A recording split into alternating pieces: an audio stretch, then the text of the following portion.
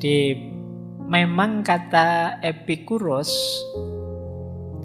hidup ini mencari kesenangan dan menghindari rasa sakit. Cuma semakin rumit kesenangan, biasanya jadinya justru tidak senang.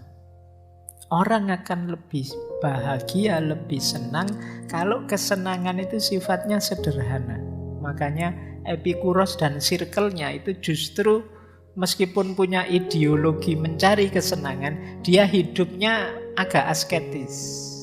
Jadi menjauh dari kesenangan duniawi.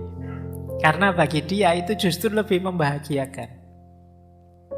Nanti ada alasannya. Jadi alasan sederhananya seperti tadi, semakin banyak kesenangan itu semakin tidak seneng orang. Nah, meskipun begitu orang harus nyari seneng, kata Epikuros. Itu satu quotes yang terkenal sekali. Kata Epikuros, tidak mungkin orang hidup senang tanpa hidup secara bijaksana, terhormat, dan adil. Dan tidak mungkin orang hidup bijaksana, terhormat, adil tanpa hidup yang menyenangkan. Jadi kebijaksanaan, kehormatan, dan keadilan itu pasangannya kesenangan. Makan itu enak, tapi kalau kita budaya makan kita tidak bijaksana, tidak terhormat, dan tidak adil, maka dia tidak akan jadi sumber kenikmatan. Budaya makan yang tidak bijaksana, misalnya makan kok tidak tahu batasnya, terlalu banyak atau terlalu sedikit, atau makannya tidak terhormat.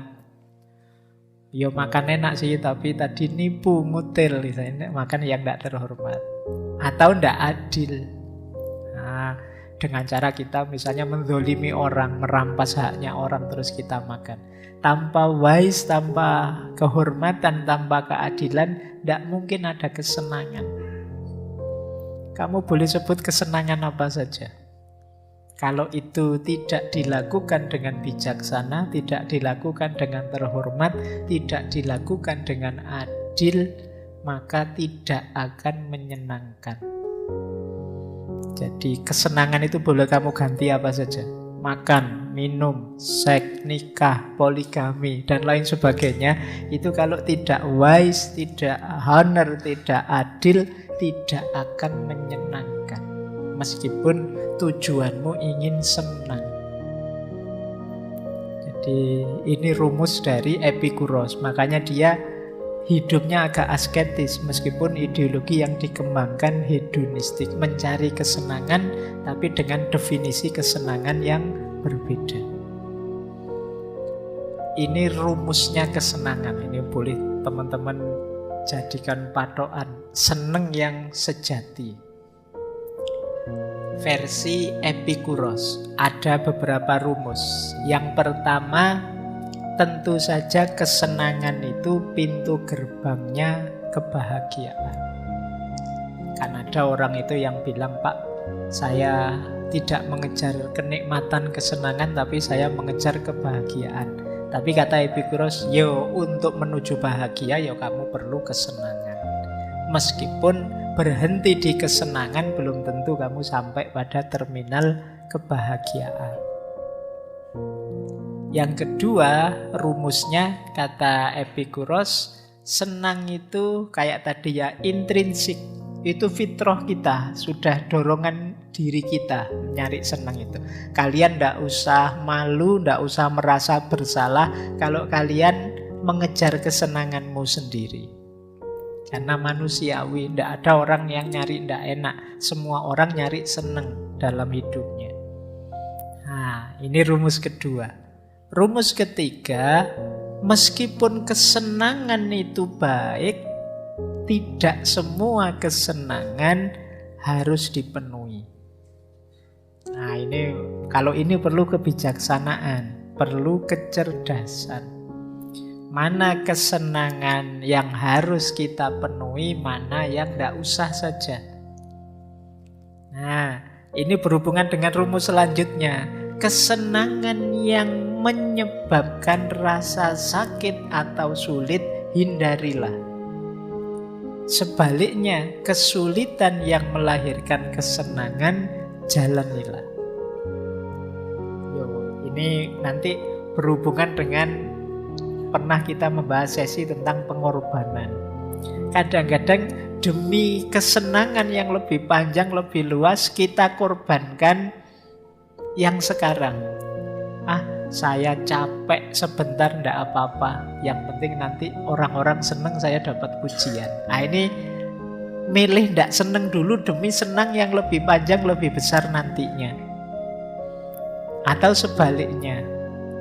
Jadi menghindari kesenangan demi nanti biar ndak sakit. Ya kayak disuruh pakai masker misalnya, itu kan ndak enak. Jangan-jangan ya kalau bisa dibuka biar nafas kita bebas. Tapi kalau saya ndak pakai masker nanti gampang flu, gampang pilek, nanti ada COVID. Sudahlah tak pakai saja meski ndak enak, biar nanti ndak sakit. Ini juga kesenangan. Jadi ini boleh dipakai dalil, kok nyari susah sih pakai masker? Enggak, karena saya ini bukan nyari susah, tapi menghindari susah yang akan datang. Ini juga termasuk kesenangan. Rumus menyikapi kesenangan, termasuk yang manusiawi. Kemudian lebih baik membatalkan satu keinginan daripada berupaya terlalu keras mendapatkannya sampai mengorbankan banyak hal yang lebih penting. Jadi kalau kita punya keinginan, kejarlah kesenangan itu. Tapi kalau biayanya terlalu besar, ya ngapain juga. Kayak tadi, Pak, saya pengen HP terbaru, Pak. Tapi 25 juta, Pak, yang terbaru. Iya. Sementara kiriman dari orang tua 1 bulan 500.000. Nah, itu kan ya bisa sih kalian nyicil pelan-pelan, nyelengi diam-diam. Tapi kalau yang dikorbankan terlalu besar, nanti jangan-jangan sudah ngumpul 25 juta tapi kamu terus kurus kering tubuhmu karena poso terus. Nah, yang kayak gini hindarilah, ngapain.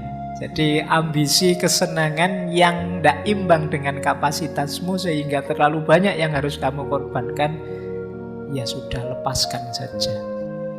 Untuk apapun itu, termasuk kalau kamu sedang naksir sopo, ngincer sopo, wah high cost, Pak, kalau itu, Pak, ya wis. Daripada kamu tekor banyak, wong yo ndak mesti diterima.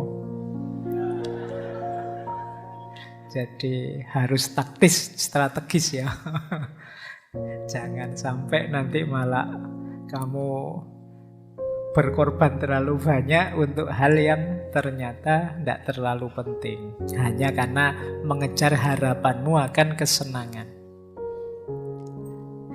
Nah, termasuk yang terakhir, kadang-kadang kita harus siap sakit sebentar untuk senang yang lebih panjang. Tidak masalah kalau itu kan.